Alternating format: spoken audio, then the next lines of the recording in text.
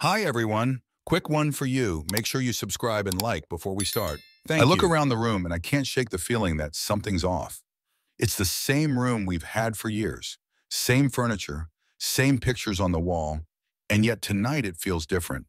Maybe it's because I see her across the room, laughing with him, my boss. A man 10 years younger than me, sharp, confident, the type who walks into a room and owns it without trying. I tell myself I'm overthinking it, but the sight of her with him, it's unsettling. The company gala is supposed to be a celebration. 25 years with this firm, a steady climb through the ranks. I've built my career here. And yet, standing in the shadow of my boss, I feel small. It's absurd. I've accomplished things, built a life, a marriage, and a career. But tonight, watching my wife exchange too many glances with him, I can't help but feel everything slipping through my fingers. I make my way through the crowd, greeting colleagues with forced smiles. My mind keeps drifting back to her, to them. She's laughing at something he said, a hand lightly touching his arm. I swallow the anger rising in my throat, push it down. It's probably nothing. We've been married 25 years.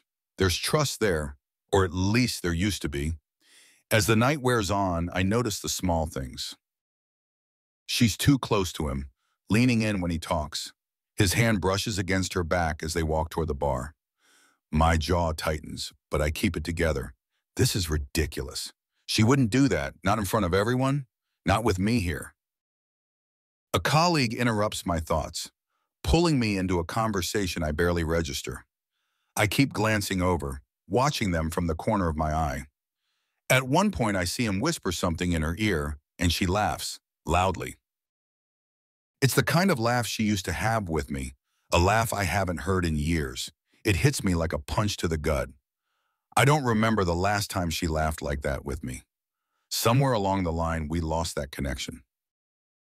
Maybe it was the routine, the long days at work, the way we drifted apart without even noticing. Maybe it's my fault. Everything all right? Someone asks. I blink and realize I've been standing there, silent, staring too long. I nod, force a smile. Yeah, everything's fine. But it's not fine. My gut twists with a feeling I can't shake. By the time we're heading home, the tension between us is palpable. She's quiet, staring out the window of the car, and I'm gripping the steering wheel like it's the only thing keeping me grounded. I want to ask her about him, but I don't. Maybe I'm just being paranoid, but her silence feels like a wall I can't break through. At home, we go through the motions. She heads upstairs without a word, leaving me standing in the kitchen, staring at the empty wine glass she left on the counter. I pour myself a drink, down it in one go and pour another. I can't let this get to me. We've been through rough patches before. We'll get through this too. But as I sit in the dimly lit kitchen, I can't stop thinking about the way she looked at him, like she hadn't looked at me in years. The next morning, things feel strained. She avoids eye contact, rushing through breakfast, muttering something about meeting a friend for lunch. I barely nod, trying to keep my mind from spiraling. We've had fights before, cold mornings after arguments, but this feels different. This feels like the beginning of something I can't control. As I sip my coffee, I hear her phone buzz on the counter. She's in the shower. Without thinking, I glance at the screen. It's a message from him, my boss. Had a great time last night. Can't stop thinking about you. I freeze. My hand tightens around the coffee mug, and for a second I think I might smash it against the wall. The blood rushes to my ears, my heart pounding in my chest.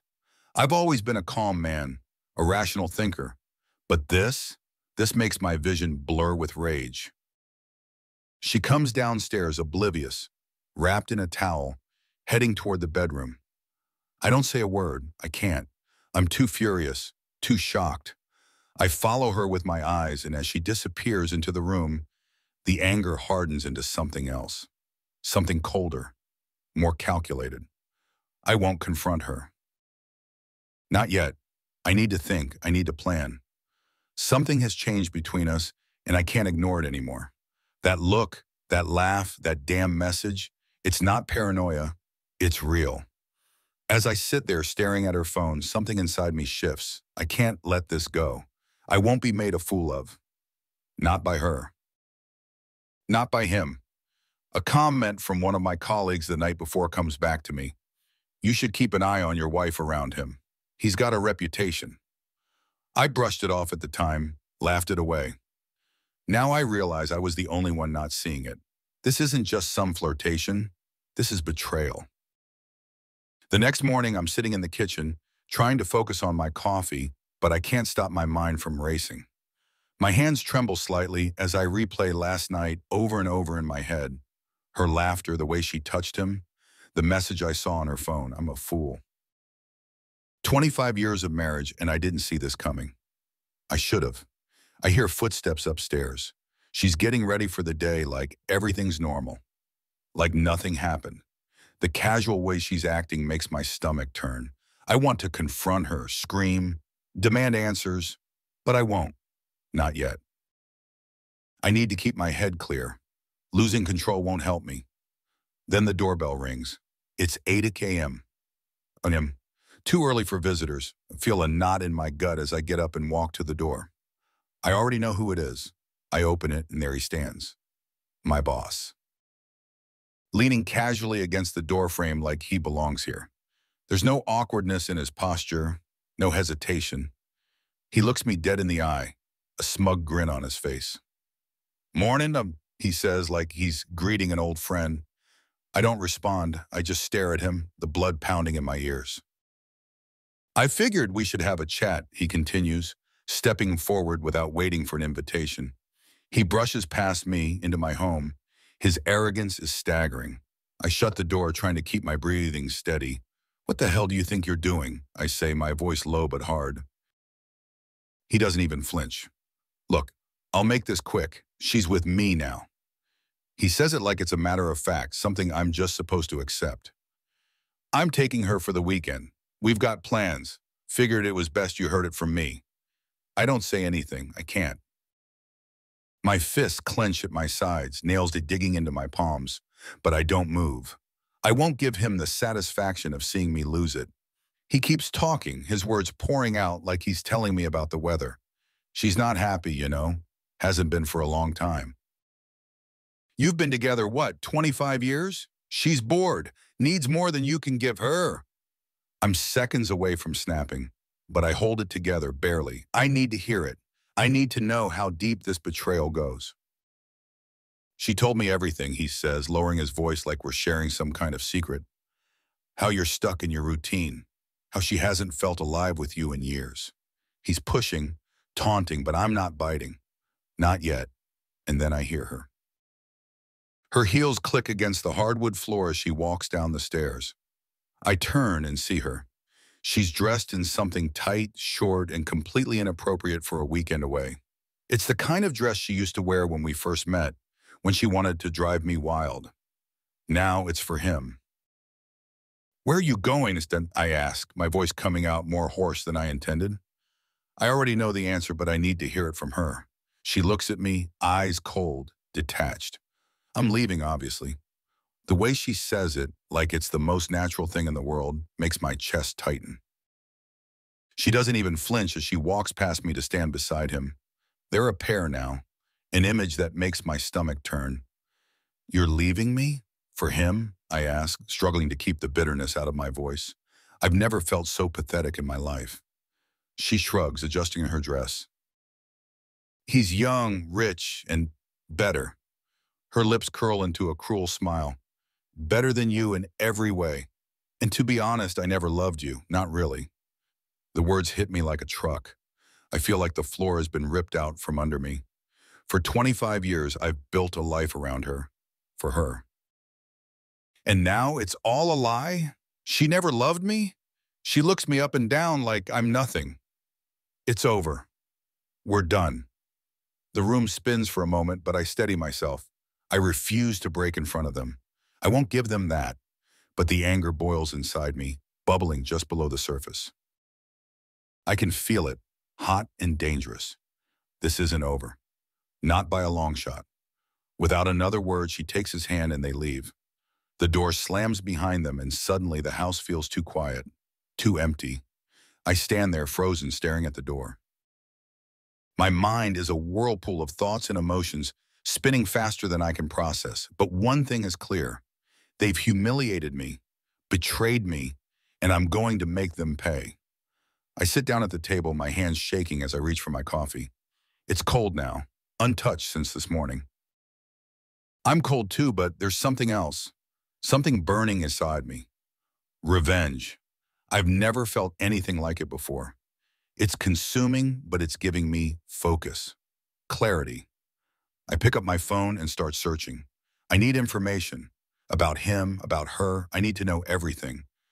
He's not untouchable. Nobody is. And I'm going to find his weakness. Everyone has one.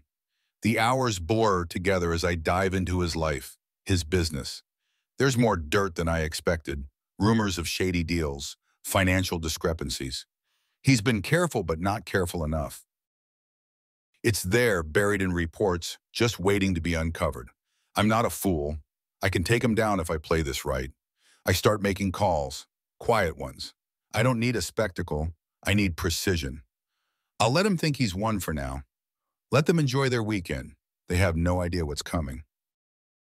I keep digging, my focus sharp, fueled by the betrayal that still echoes in my mind. She never loved me. I keep hearing those words over and over. Every time it stabs deeper, but it also hardens something inside me. By the time night falls, I've uncovered enough to start forming a plan. I know where to hit him. It won't be fast, it won't be easy, but it will be methodical. I'll destroy his reputation, his business, his life. I'll make him regret ever setting foot in my house, ever thinking he could take her from me. As for her, I'm not done with her either. She's not walking away from this unscathed. She may think she's escaped, but she hasn't. I know her better than she thinks, and I know what makes her tick. She's underestimated me. I sit back staring at the screen. I have a plan now, something to focus on, something to take back control. The rage that was threatening to tear me apart is now my weapon. I'll use it wisely. I'll be patient, precise. I won't let it consume me. They've taken everything from me. But I'm going to take it all back, and more. As I close my laptop, the house is still quiet, empty. But I'm not broken. Not anymore. The betrayal stung, but now it's fueling me. This is just the beginning, and they won't see it coming. I spend the next few days methodically, obsessively, digging into his life. This isn't about anger anymore. It's about control. I can't let them get away with it, not after what they did. I've always been good at focusing when I need to. This is no different. First, I hire a private investigator. Quiet, discreet. No one knows what I'm planning, and that's how I want it. He's efficient, and within days I have a detailed report in my hands. Everything about my boss, his finances, his habits, his past. The pieces are falling into place. It turns out his clean-cut image is a lie. He's not just some overachieving young executive. He's been cooking the books at the company, inflating numbers to make himself look better. There are whispers about kickbacks, under-the-table deals. He's been playing fast and loose with the company's money for years, and now I have the proof. I start planning how to use it. This isn't about making a scene. It's about dismantling him piece by piece. Destroying his reputation, his career. Everything he's built, I want him to feel it, the way I've been feeling it, slowly, relentlessly. But first, I have to see her. I can't confront him directly yet. He's too protected, too insulated by the corporate machine. She's the weak link. She doesn't know it yet, but I'm going to use her to get to him. I don't call her, I don't text. I show up at the house we shared for 25 years, the place that's still legally mine. She opens the door, her face a mix of surprise and discomfort. She wasn't expecting me. Good. Can we talk? I keep my voice calm, steady, even though my insides are coiled with tension. She steps aside, letting me in without a word. The house looks different, like she's already started erasing me from it. Little things, my photo's gone from the mantle, the chair I used to sit in replaced. She's already moved on, and yet she's still here, in this house, my house. I sit on the couch and she stands awkwardly by the window, arms crossed. She doesn't offer me a drink, doesn't ask how I'm doing. There's no pretense anymore. I know everything, I say, watching her face carefully. I know about him, about you. Her expression hardens. What do you want? The coldness in her voice is like a slap, but I don't flinch. I won't give her that satisfaction. I want to understand, I say. After all these years, why him? What was I to you? She sighs, brushing a strand of hair out of her face. You were comfortable, safe, but I stopped feeling alive with you a long time ago. He made me feel things you never could. I feel a flash of heat rise in my chest, but I keep it down. This is what she thinks will hurt me, but it's just words now. I'm past that. And what happens when he gets bored of you, I ask, leaning forward slightly. Because he will. Men like him always do. Her jaw tightens, and for the first time, I see a flicker of uncertainty. Good. He's not like that, she says, but there's less conviction in her voice now. He loves me. I laugh, cold and sharp. You really believe that? You think he's with you for love? He's using you, just like you used me. When you stop being convenient, he'll move on. And where will that leave you? She glares at me, but she doesn't respond. She knows I'm right. She's always known. Enjoy it while it lasts, I say, standing up. Because it won't. I leave without another word, letting the weight of my words sink in. She's rattled now. The seeds of doubt are planted. I know how her mind works. She'll start second-guessing herself, wondering if I'm right, wondering how long she has before everything falls apart. I walk out of the house, feeling a strange sense of satisfaction. It's not enough, nowhere near enough, but it's a start. The next step is more delicate. I need to dismantle him carefully, methodically. The financial scandal is the key. He's built his entire career on a lie, and once that lie is exposed, everything will crumble.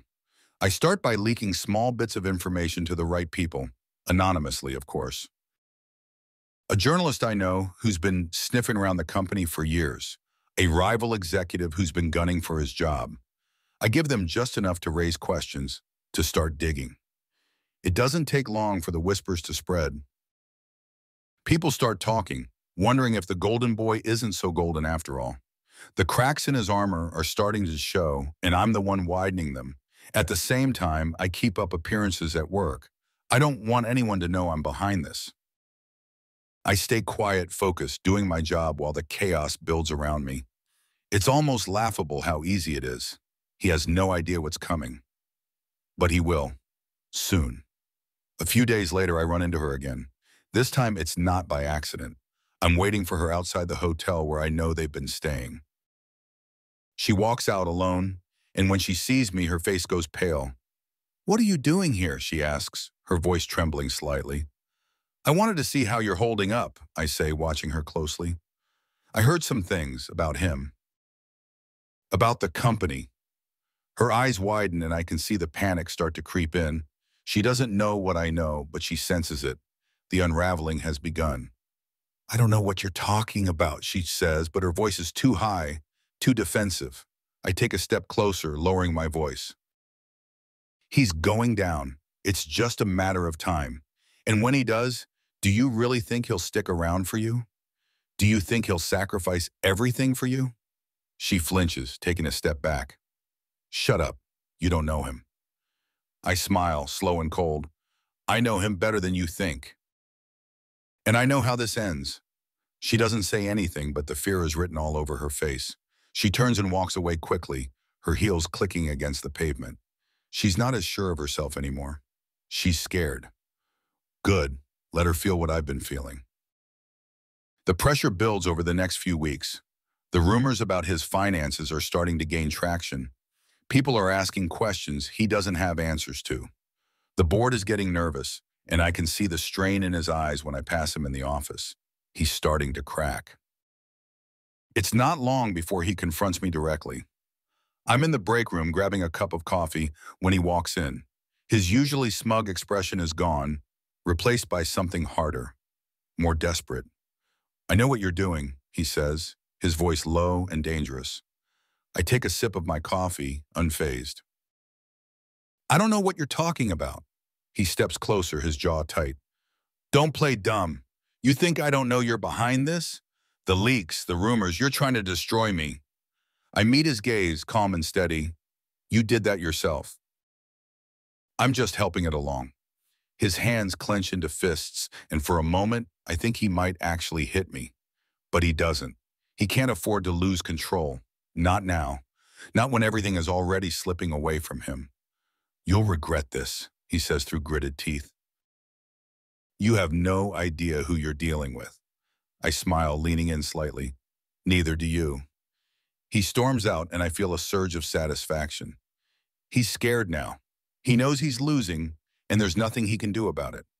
The final blow comes a few days later. The story breaks in the press, front-page news. Financial scandal rocks corporate giant. His face is plastered all over the articles, his dirty dealings exposed for the world to see. I watch it all unfold from the comfort of my home, a glass of whiskey in hand. The calls for his resignation start almost immediately.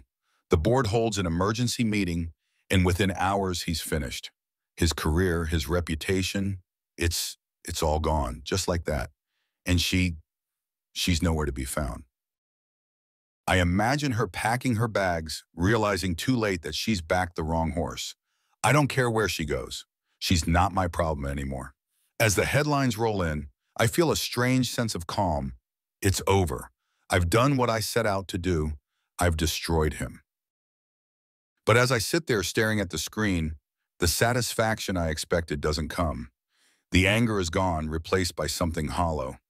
I thought this would make me feel better, give me closure. But it hasn't. I realize then that revenge isn't as clean as I imagined. It doesn't fix the past. It doesn't undo the betrayal. It just leaves you empty.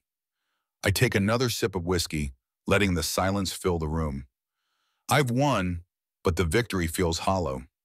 I walk into the house, the same one I've shared with her for 25 years, but it feels different now. It's just walls and furniture.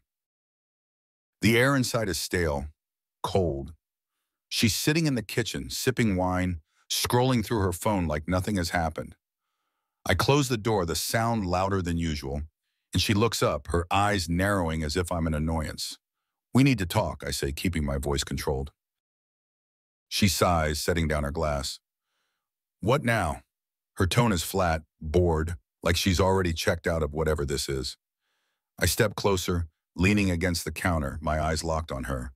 I know everything. She blinks, but quickly masks the surprise. What are you talking about? Don't play dumb, Rachel. I know about the money he's been siphoning, the deals he's made to cover it up. I know you've been part of it too, his little sidekick.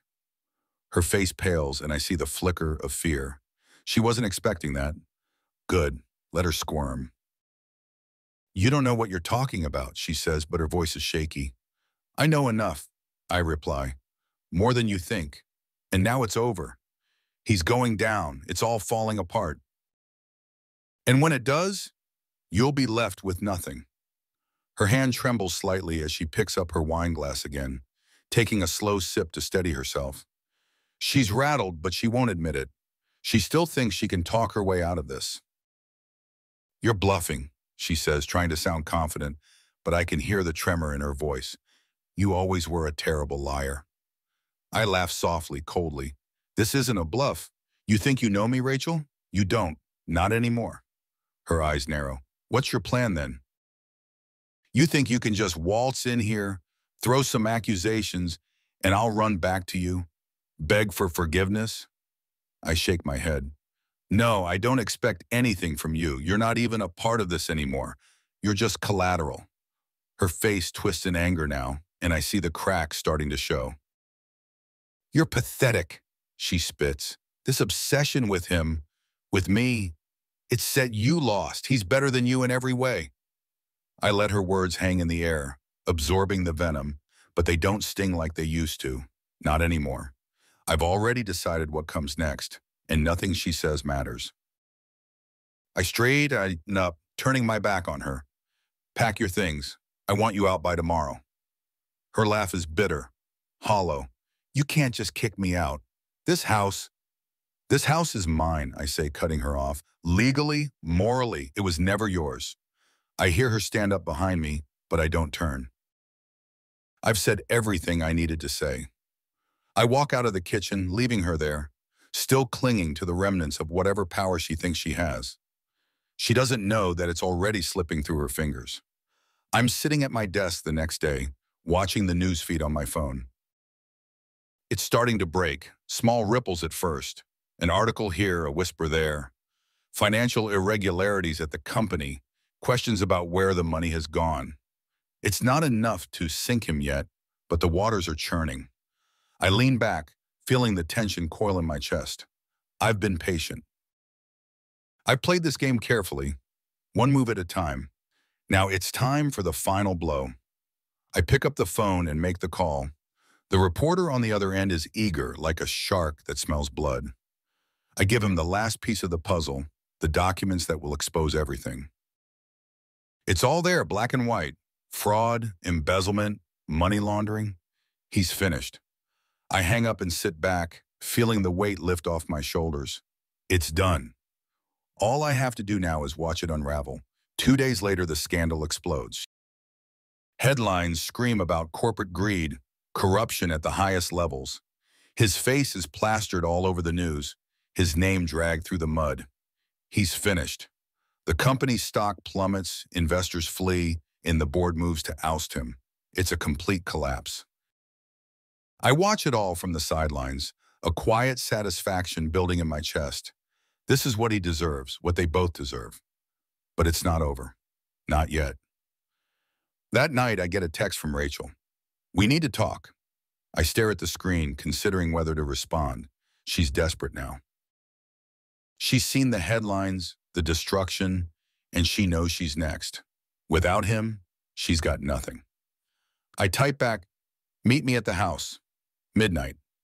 When I arrive, she's already there, pacing the living room, her face pale and drawn. She's dressed in something casual, like she's trying to appear vulnerable, softer. I don't care. I need to know what's going on, she says the moment I walk in. What did you do? I shrug. I did what had to be done. He's finished. You're finished. She steps closer, her eyes wide with panic. You don't understand. If he goes down, I go down too. Everything, our accounts, the properties, the money, it's all tied together. I nod slowly. I know. She stops, staring at me, her mouth open in shock. You planned this. I smile, a cold, hard smile. Of course I did. You think I just let you two walk all over me? Take everything from me? No, this was always the plan. She steps back, shaking her head. You bastard. You're destroying both of us. For what? Because I hurt your pride?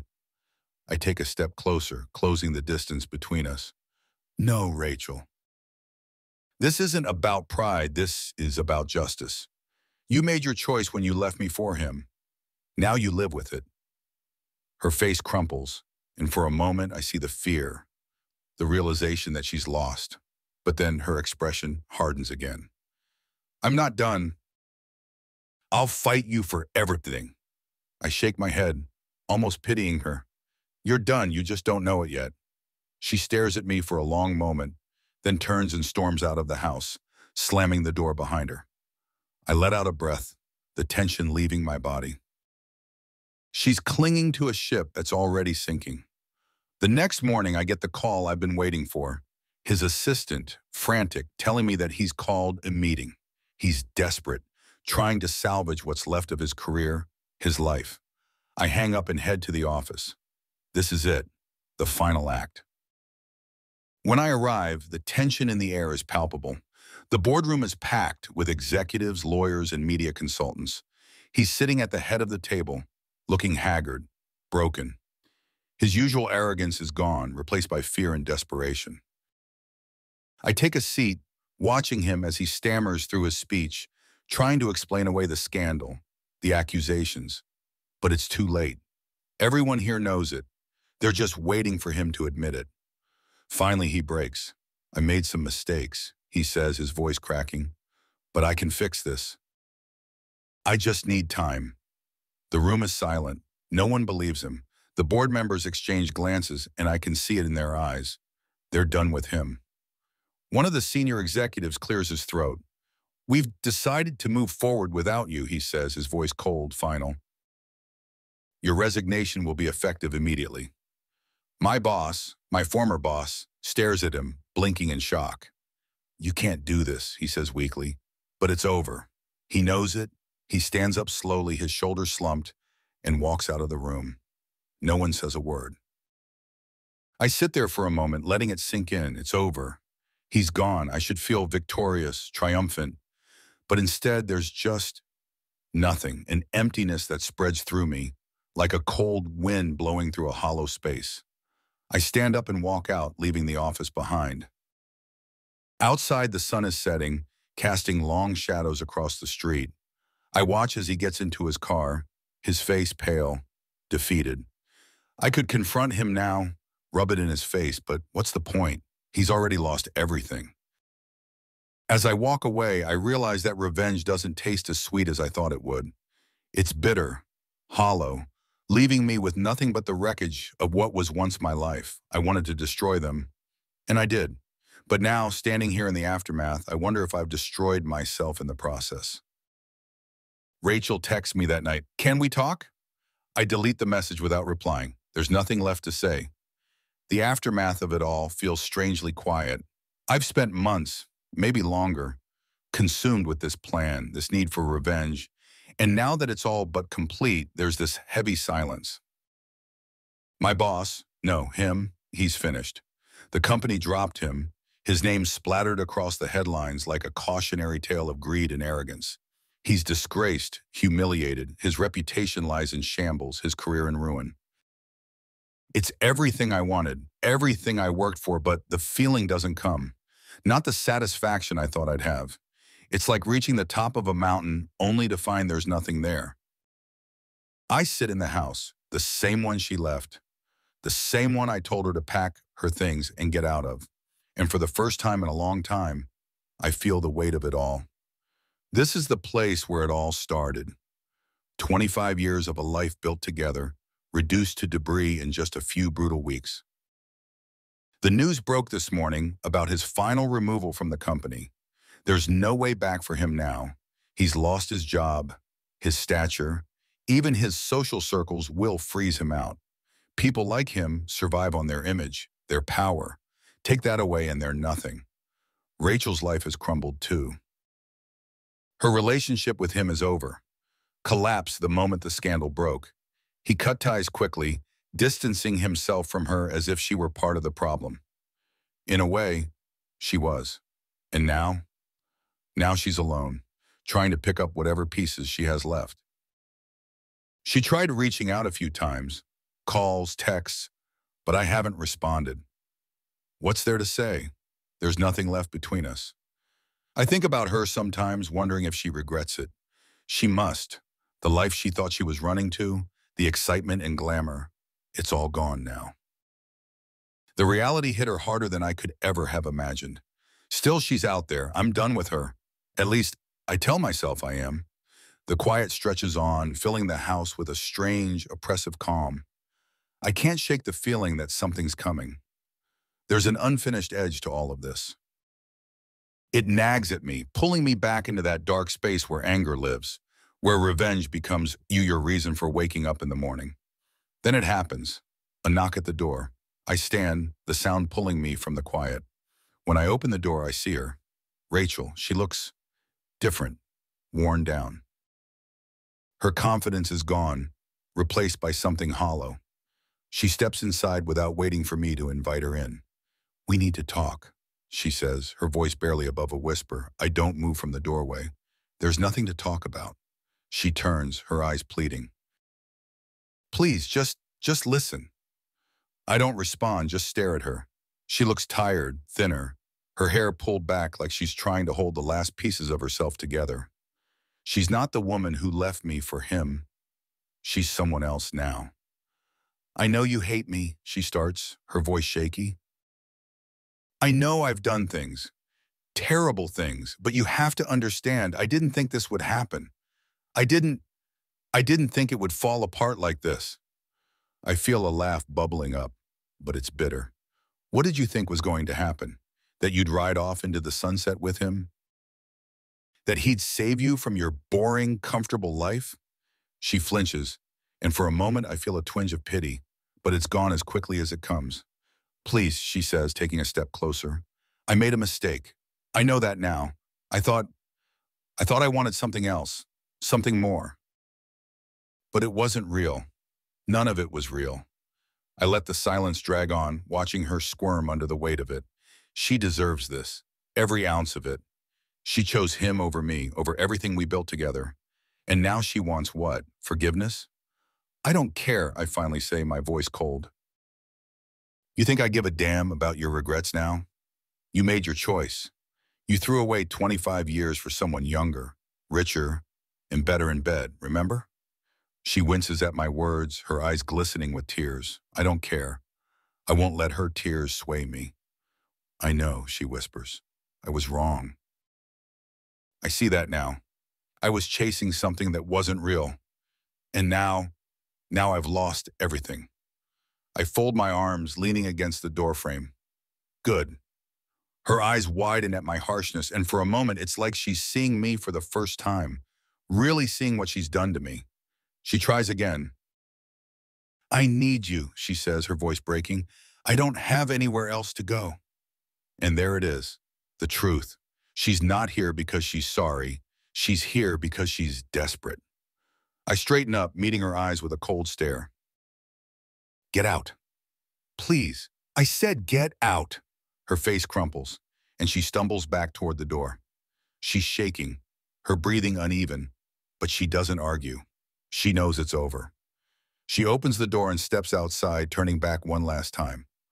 I'm sorry, she whispers, but I don't respond. I slam the door in her face, locking it behind her. The quiet returns, heavier this time. I stand there for a long time, staring at the door, my chest heaving with an anger that refuses to go away. She's gone, really gone, and still there's this hollowness inside me. I thought I'd feel relief, but all I feel is nothing. A few days later, I get a call from a number I don't recognize. I almost don't answer, but something tells me to pick up. It's me, a voice says, and I freeze. It's him, the man I've spent months dismantling. I don't say anything at first, just listen to the sound of his breathing on the other end. We need to meet, he says finally, face to face. Why? Because I'm not done with you yet. There's a coldness in his voice that sends a chill down my spine. I should have known he wouldn't go quietly. Men like him never do, but I'm not afraid. I've come too far for that. Fine, I say, where? He gives me a location, a bar on the edge of town, the kind of place no one goes unless they're trying to disappear. I hang up, feeling a surge of adrenaline. This is it, the final confrontation. When I walk into the bar, I spot him immediately. He's sitting in the back corner, nursing a drink. He looks different. He's lost weight, his face drawn and pale. The man who once oozed confidence and power is gone, replaced by someone hollowed out by defeat. I sit down across from him, my heart pounding in my chest.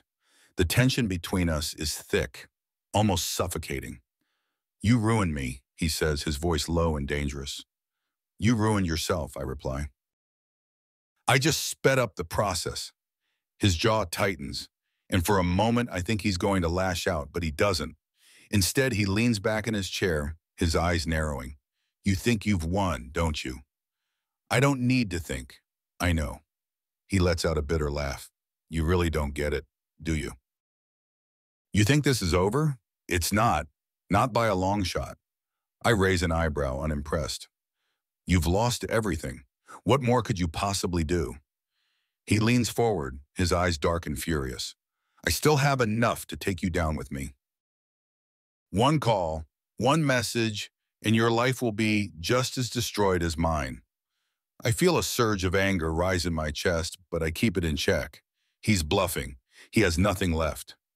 You're finished, I say, my voice cold. You're nothing. He stares at me for a long moment, his eyes full of hatred.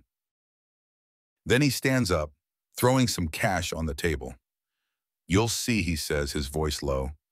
"You'll see how wrong you are." And with that, he walks out, leaving me sitting there, my heart still pounding. I should feel triumphant. I should feel like I've won. But instead, there's this gnawing sense of unease. Something about the way he said it, the look in his eyes, it stays with me, creeping into my mind like a shadow. I stand up, leaving the bar behind, but the feeling follows me. Something isn't right. As I drive home, his words echo in my mind. "You'll see." And for the first time in months, I start to wonder if I've made a terrible mistake. I sit in my car outside his house, engine off, just watching. The street is quiet, suburban, with manicured lawns and expensive cars in every driveway. It's a scene out of a perfect life, one he used to control. Now it's just a hollow shell, like him. I know he's in there, hiding, waiting for whatever comes next. We both know this isn't over.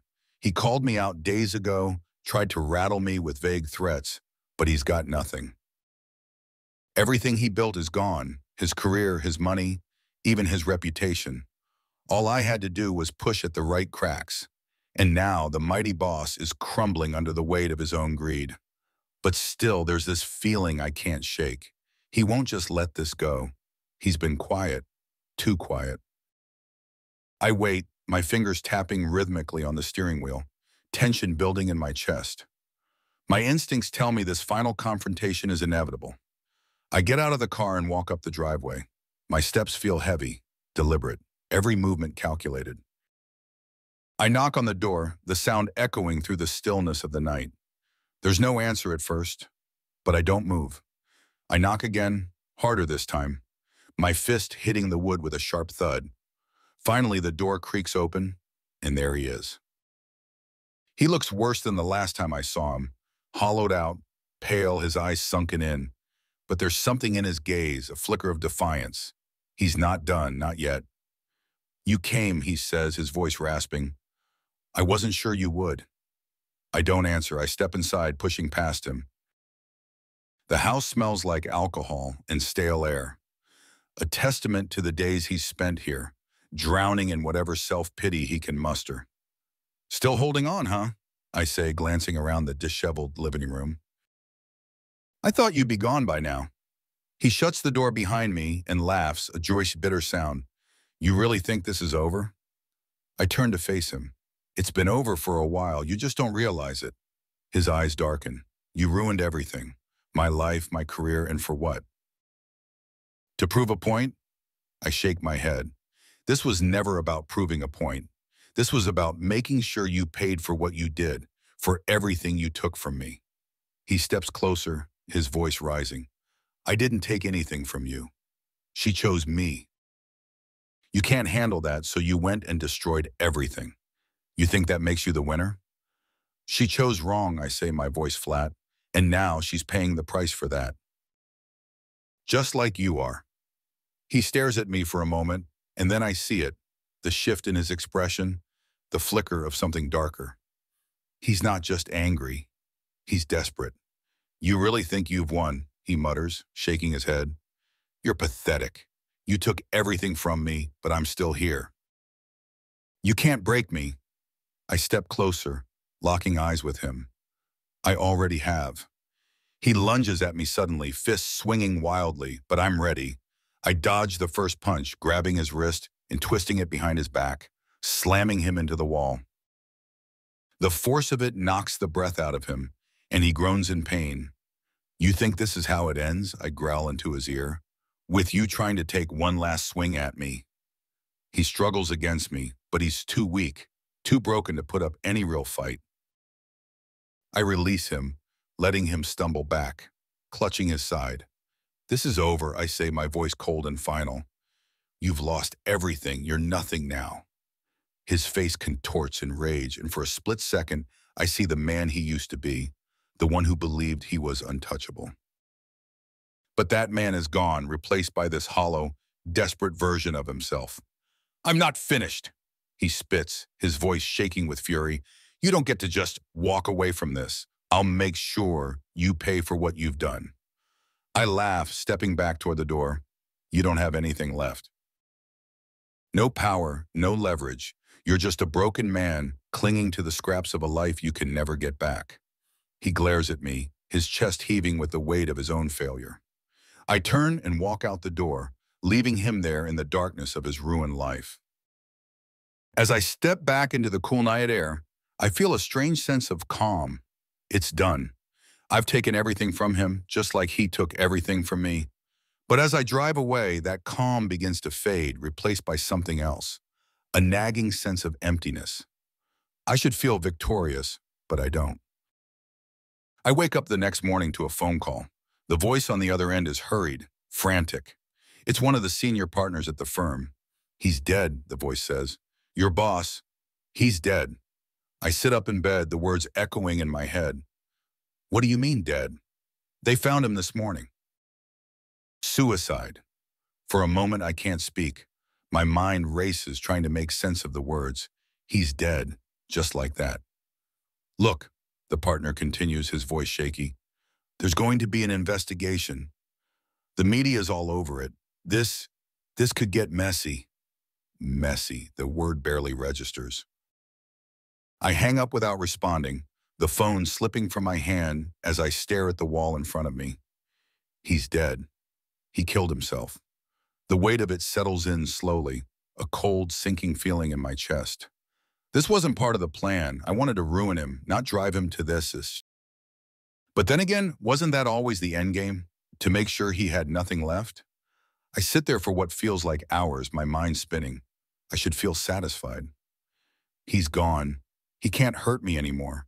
But instead, there's this overwhelming sense of guilt.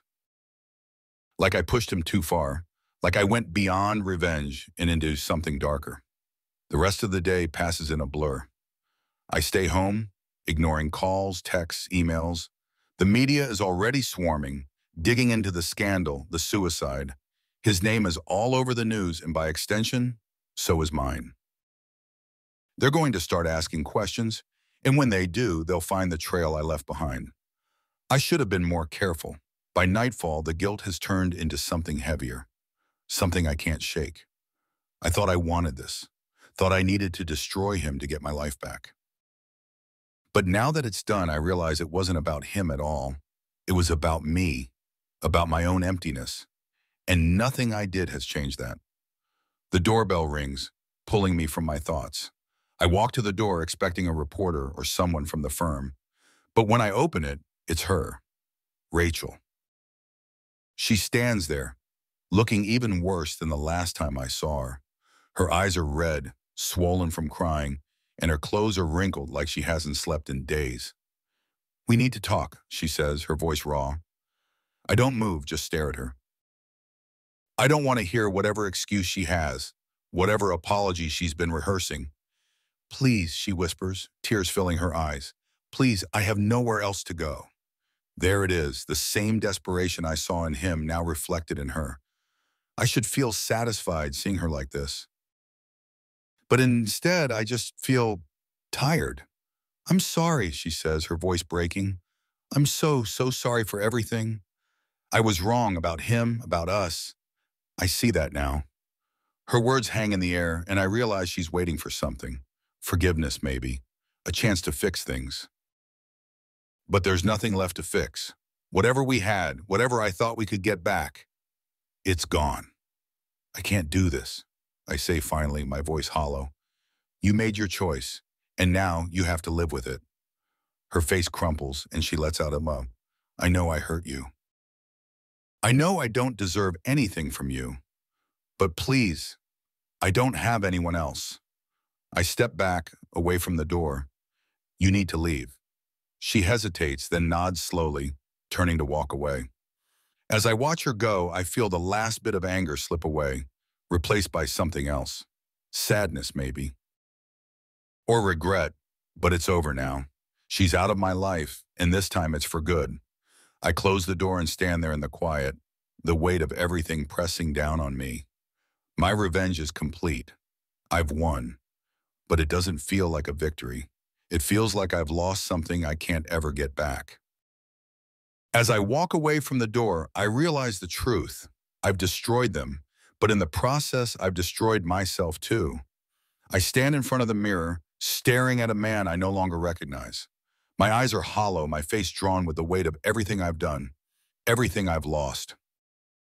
I run my hand over my jaw, feeling the rough stubble beneath my fingers, and wonder if this is what victory is supposed to feel like. Hollow, empty. It's been weeks since he died, the scandal, the suicide, it's all over the news. His downfall made headlines, but no one knew the full extent of it. No one knew how meticulously I'd orchestrated his collapse, how carefully I'd pulled every string until there was nothing left for him to hold on to. Rachel is gone. I don't know where she is, and honestly, I don't care. She tried to come back to me, broken and desperate, but I shut the door on her without hesitation. There's no going back to what we were. There never was. I told myself that this was about justice, about making them both pay for what they did to me. But now, standing here in the quiet of my empty house, I'm not so sure anymore. I thought revenge would fix everything. That once I'd torn them apart, I'd feel some kind of peace. But the truth is, it's only left me more fractured. I was so consumed by the need to destroy them that I didn't see what it was doing to me. The man I was before all of this, he's gone. And what's left, I'm not sure I like it. I walk into the living room, the silence pressing in on me. The house feels different now, cold and lifeless. I used to think this place was a refuge, a symbol of everything I'd built. But now, it's just a reminder of what I've lost. 25 years of marriage shattered in an instant. And for what? A fleeting affair with a man who's now dead? I sit on the couch staring at the empty space where Rachel's things used to be. It's strange how quickly someone can disappear from your life, leaving behind nothing but memories you'd rather forget.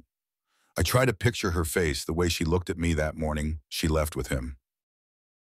There was no love in her eyes, no remorse, just cold indifference.